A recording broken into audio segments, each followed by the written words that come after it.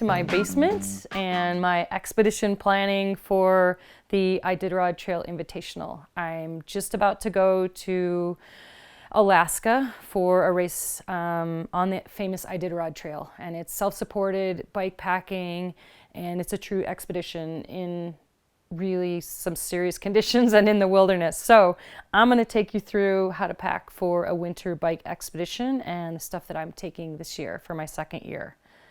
Let's start with clothes.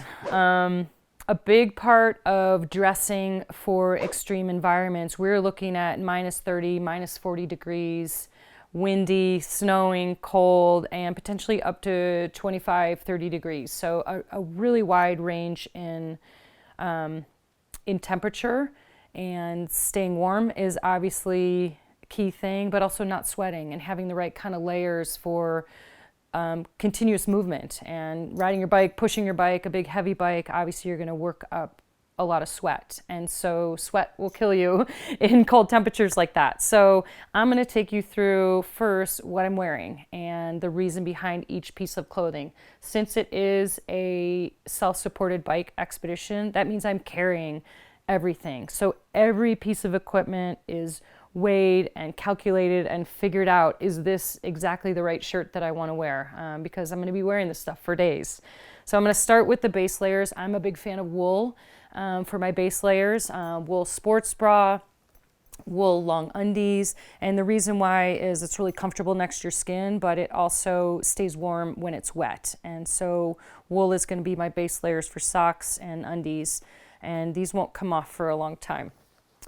Bike shorts, obviously it's a bike ride, so definitely need to have protection and a chamois. I like these Velocio bike shorts, and these are actually they're mesh, really thin underlayer shorts for trail riding. But I really like them because they're so thin. I'm wearing so many layers that I don't want another big bulky item, but I also really like them because they've got these side pockets, and you'll see a theme here in a lot of my clothing. Because it's so cold, you have to use your body heat to warm your food and keep your electronics and your batteries going. And so internal pockets are a really nice way to keep things warm. And I also like these shorts because they're so stretchy. I can use them and go to the bathroom without having to take the shoulders down. So there's also a lot to be considered of things like how easy a zipper is to use with gloves on. A little hack that I'll do is I put zipper pulls on all my jackets. So each item is considered, is it comfortable, is it functional, but also can I wear it? And so that's the reason for these bike shorts. My main wool base layer is also a Velocio top, and again, really comfy, stretchy, nice, close to skin. This won't come off for 4 days as well. The very next layer is something you might not think of, but my very next layer next to skin is actually my Revelate Designs hydration pack. And the reason I wear this close to my body is, again, to use my body as a furnace to keep my water from freezing. And I've made some alterations to this, things like running the hose under your arm. Keeps your body heat, keeps the hose from freezing. I also sewed on these front straps that have little pockets for phone, food, batteries to keep those warm. So this will be right next to my body. Next layer is one of my favorite pieces. This is a windstopper vest from Velocio, and I really love it, again, because there's lots of big pockets where I can put snacks and all sorts of goodies and gloves. This will be, I'll probably wear this the whole time, and it will probably never come off. It's a great layer, and you wouldn't think in Alaska that you might be down to just your base layer and a vest, but during the day, if it's, 10, 15, 20 degrees and you're moving, I might just be down to this one layer, 2 layers. Next up are the soft shell layers, and these are, it's kind of unusual, but I've really gotten into, it's hunting gear, a company called First Light that was founded in my hometown of Ketchum, Idaho. Soft shell pants that are really, they're nice and thin and light, also have a wool component to them, and they're also kind of a soft shell pant. They have amazing pockets that I can get my hands into with gloves on. So I'm all about the pockets. They're easy to pull on and off with the elastic waist. So I don't really have to undo a lot of zippers or anything like that. Same fabric for soft shell jacket. And I've made an alteration to this jacket, which is kind of cool. This is what Alaskans call a ruff, and all of the Iditarod dog sled racers use it, a lot of the human-powered, and it's handmade in Alaska, in Fairbanks, Alaska, and what I've done is put Velcro on this hood so I can put this ruff on or off. And what it does, if it's really windy and really cold, you kind of put this all forward, and makes a nice little cozy protection for your face and from the wind. I didn't have that last year. I'm pretty excited about it. I've also made the same alteration on my outer layers, and this is the North Face Future Light fabric. This is the lightest, most breathable, most waterproof fabric I've found anywhere. When I first got these last year, I wore these in Alaska last year, and I wasn't sure, I'm like, it better be waterproof, so I actually got in the shower with all of this stuff on, and it's amazing. So I also put the Velcro on the top of this jacket so I can put the ruff on there. Jacket, pants. So if it's really cold, I'm gonna have on the long undies, the soft shell pants, the First Light pants, and then if it's really, really cold, the last outer layer for the lower body is a pair of down shorts. And it seems kind of weird. You might think down shorts seem really weird, but you really don't need the lower leg. The whole point of these is to keep your core warm. They've got full zips on the side again, so they're easy on and off, so it's going to come on over everything. Last layer is a down top insulation layer, a puffy coat. And with all of this stuff, the outer pieces are all oversized so that I can basically fit my rain jacket, my waterproof jacket over everything. I can fit these pants over everything. So it's a little bit of a Michelin man, but you need to also be able to sure that the fabrics and the way that the choices that you make in clothing, that you can move in this stuff, because you're riding a bike, you're pushing. So it's one thing to be warm, but it needs to be functional. And so these are all tried and tested in Idaho, some in Alaska last year, but that's what I'm wearing on my body. I hope it's enough. All right, so we're gonna move on to hands and feet. And this is a pretty critical area for me. I have really poor circulation. I have a thing that's called Raynaud's, which means I don't get a lot of blood to my hands or my feet. So on the feet, again, wool socks. I bring 2 pair, a nice thick pair in case something happens and my boots get wet. There are places where we're crossing open water or ice flows that are breaking. So the foot system is really important. These are my 45 North boots. They are cycling shoes as well, and really an expedition boot. So they've got a thick felt liner inside. I've also put in the bottom plastic vapor barrier, another thick felt sole to keep insulated from the bottom up. Another hack that somebody taught me is I will line these boots with turkey bags. Seems really weird, but these are kitchen turkey roaster bags. And what that does is it's a really, really durable plastic, but this will go in between the liner and the boot. So if I do step in water, my boots are dry. I've also seam sealed every single seam on here. Water really is death in a cold environment, and so everything you can do to keep your feet dry. That said, you don't want them sweaty from the inside out. So the thin layer of socks is probably what I'll wear most of the time, with a thicker layer if needed. And again, they're wool, so they won't stink after 4 days of the same pair of socks. There's 2 more layers for feet, not just the socks and the boots. We've also got expedition weight gaiters. So these will go on and hook around my shoes, and these will stay on most of the time. And then the super emergency, if it's really, really cold, these are also handmade in Alaska. They've got it all figured out up there, but these are insulated over booties. So these things go over the entire system. So if it's really, really cold, I've got these. And I actually wore these last year, and they were They were amazing. Really keeping your feet warm when you're cycling is one of the hardest things, because you're getting the snow up through your boots, and also your foot flat on a pedal, you're not moving it very much. And so one tip that I've learned is for cold weather cycling is if your feet are cold, and I learned this from my friend Jay Peterberry, who's done the Iditarod Trail Invitational 13 times. If your feet are cold, get off and walk, because the flexing of your foot is actually what will get blood flow back in there and warm you up again. So that's a hot tip if anybody's out in cold weather and getting cold, is just go for a walk. Onto the hands, very critical part. One of my biggest goals last year, my rookie year, was not to lose any fingers or toes. So I was successful at that. The base layer that I will wear pretty much the whole time, again, a wool pair of gloves. They've got the little technology fingers, so I can operate my phone or my Garmin with these on. Hands are a little easier on a fat bike because you have big pogies that your hands slip into, and they're basically like sleeping bags. So often I'll just be wearing this thin pair.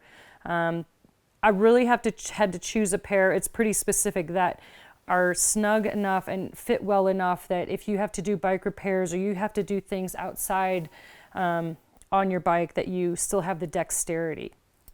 The next layer of gloves that I really like, same with dexterity, is this is a shell pair of gloves that they are oversized so they can fit over my liner gloves. And then last but not least, 2 pairs of really thick insulated gloves, so that if I am out and about working on things, oversized again, I can slide these on over a couple different pairs of gloves. So we've got basically a layering system. And as my hands start to sweat or get warm, I'm taking one off, so there's this constant shedding and putting on of layers that when you first start doing an winter expedition bike or anything, it's really hard to stop and take layers off. And I found last year I really had to be disciplined to, if I felt one drop of sweat, to stop, take a jacket off, unzip, because you just can't sweat out there. If your clothing gets wet, it's not functional anymore. So that's hands. And then head and face. Any exposed skin is going to freeze. So I have my basic, again, another wool hat that's got really nice ear flaps. I really like this. This is also a 45 North hat, and a super thin wool hat. So if I am really hot and warm, I've got head covering, but it's not very thick. Neck warmer, to keep your neck warm. It's also nice to pull up over your face if it's cold. Keeping in mind though, condensation or any breathing is moisture. And so really most of the time over my face is this Cold Avenger mask. And what I love about this is a nice fleecy, keeps your neck warm, but this little part goes over your mouth. And what it does is it just warms the air. So as you breathe out and exhale, you're not getting this wet, so it's not freezing because it's plastic, but then the air that you're breathing in is also warming. And so you're not bashing your lungs on really cold air coming in and out. So the electronics that I take with me for navigation, for safety, for taking pictures are basically 3 little items. The Garmin InReach Mini is my satellite tracking device. So this is my lifeline. This is my safety one, where my mom can see where I am at home, but also I can send messages out in SOS if I need to. And it's a pretty great device. It goes with me everywhere. It is part of my safety system, and it links to the phone. So I can navigate through the phone, send a message with the phone in airplane mode, but it's communicating through the satellite tracking of the InReach. My main navigation is the Garmin eTrex. I've used this device for years, and the newer models, all the new stuff has a touch screen, but I really like this one because it is a toggle device to be able to move the map around. And with gloves on and in cold weather, this is a super important little feature for me on the eTrex. A few cords come with me. There are a couple cabins along the way where I might be able to get a little bit of juice and plug things back in. And then my phone comes with me for pictures, of course, but also for the Earthmate app. the Garmin EarthMate app that pairs these two devices together. So I can really blow up and look at the map if I need to on the phone. All right, let's talk about eyewear a little bit. So I'm trying out a new pair of glasses that I think I'm really gonna like. Typically I've taken Smith glasses, but then also taken a pair of goggles to protect my face and from the cold. But these are big, these are smaller. So I'm actually gonna take these this year as my sunglasses, but also my goggle system for night. So clear lenses, dark lenses come with me, and they have really good coverage around the face, but they also don't steam up. So that's kind of a key factor when you're wearing a face mask. Frost tape, this is something new this year that I'm gonna use, and these little pieces, I had a little bit of exposed skin last year, that, you know, a little bit of an ear, and so these pieces actually just stick right on your face.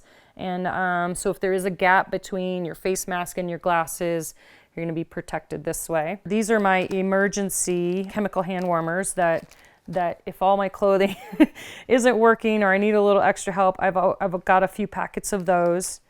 A spoon, I do bring a couple dehydrated meals. Skincare, this is sunscreen, lip balm, a really nice sort of thick thing to protect my skin. I bring a little medical kit that's got a few things like an antibiotic if I end up getting sick, asthma inhaler, but really small little sort of personal medical kit. And everything you see here is going to go into tiny little bags, little compartments, because you can imagine when this is all packed on your bike, the organization is really key. And so I put things in different color bags. So I know the pink bag is my medical kit, the green bag is batteries. And then when you're hallucinating, you're sleepy at night, you can't find things, you've got a system. And I find the organization is really important for that. All right, so lights. It's really dark in Alaska, like really dark in Alaska. And last year I took probably too many batteries. I packed my fears. I took 3 lights. I was afraid of the dark. I'm gonna admit it. This year I'm taking 2 lights. My primary one is one with an external battery pack. And so this will go in next to skin, next to my body, with the headlamp on my head.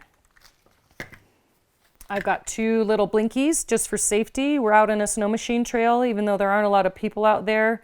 I'll have those on for safety, super tiny, and then a backup headlamp in case the primary one fails. And of course, batteries to go with all of them. Stove, and this is another safety item. Fuel, stove, a little pot to boil water, to make hot drinks. If you really are stuck out there, being able to make warm water is one of the key safety features. So along with that, I've got waterproof matches, lighter, some little tinder to get a fire started, some extra fire starting stuff in this little bottle, and an extra lighter. So if I need to make fire, I've got all the supplies for that. Let's talk about food. Food is one of the most important things for a bike expedition, and it's probably one of the easiest things to mess up. You're burning calories nonstop, 20 hours a day. You're carrying all this stuff, and so you're trying to find the best mix of nutrition, what is edible, what won't freeze, what you can actually carry. And so it's calorie density, the weight of the food, and stuff that just tastes good. Last year at the Iditarod Trail Invitational, my biggest failure was I didn't fuel myself properly. And so that's one of my biggest goals this year. So I'm going to talk a little bit about food. Basically, when I'm planning an expedition, I plan the amount of hours I think I'm going to be moving, the amount of calories per hour that I want to shoot for, and then kind of what the makeup of those calories are going to be. So for this, I'm shooting for 300 calories an hour. I'm going to be burning way more. I'd like to get in more, but it may just not be realistic. So 300 calories an hour is kind of what I'm shooting for. I'm looking for about 75% carbohydrate, 25-30% fats and proteins, and also what just tastes good and I can get in my mouth.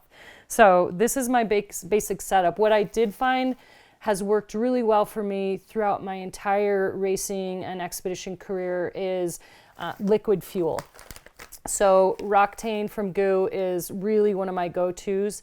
I can always get this down in warm water. In Alaska, I mix this in warm water and put it in a thermos and just kept that on my bike. I found that that worked really well, and I'll mix these double strength. I'll also do the same thing with a recovery drink and mix up basically nice, yummy hot cocoa on the trail in my thermos.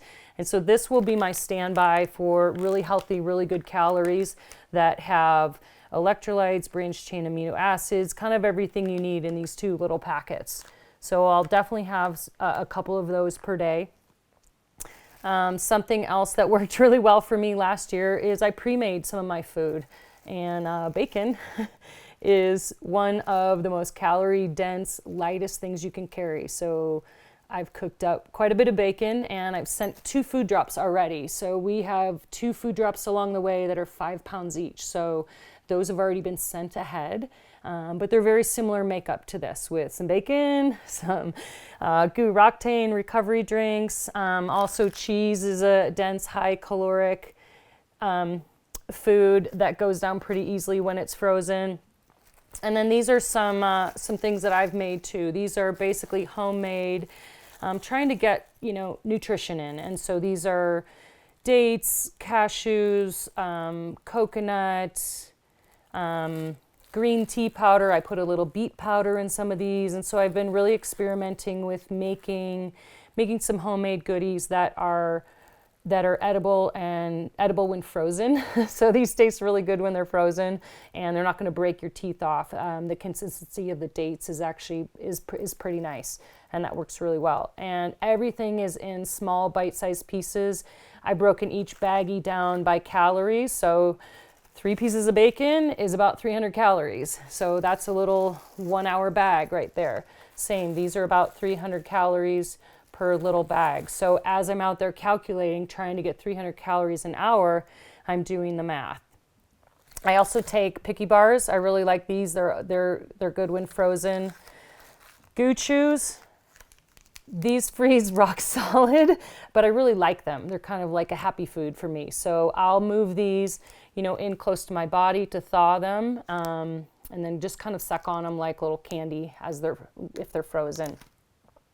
Branched chain amino acids and electrolytes are 2 supplements that I'll be taking along the trail, also by GU, and I'm a really firm believer for super long endurance events, getting branched chain amino acids, and of course electrolytes is the standby. The delivery system for all of my food will be hot thermos, which became really key last year, an insulated water bottle. So when I get to hot water, I'll fill these things first. The water bottle will freeze pretty quickly, so I drink that right away, drink the thermos second, and then third is 100 ounces of water that are in my hydration pack.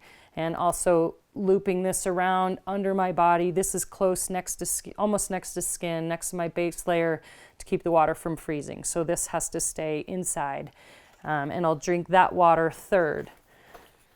Also in each of my drop bags that I've sent is I have 1 dehydrated meal. So I'll get kind of a regular meal. Don't forget a spoon to bring. So I'll get kind of a regular meal at a couple points along the trail. I've also packed in my little drop bags a can of Red Bull, which is going to keep me awake at night.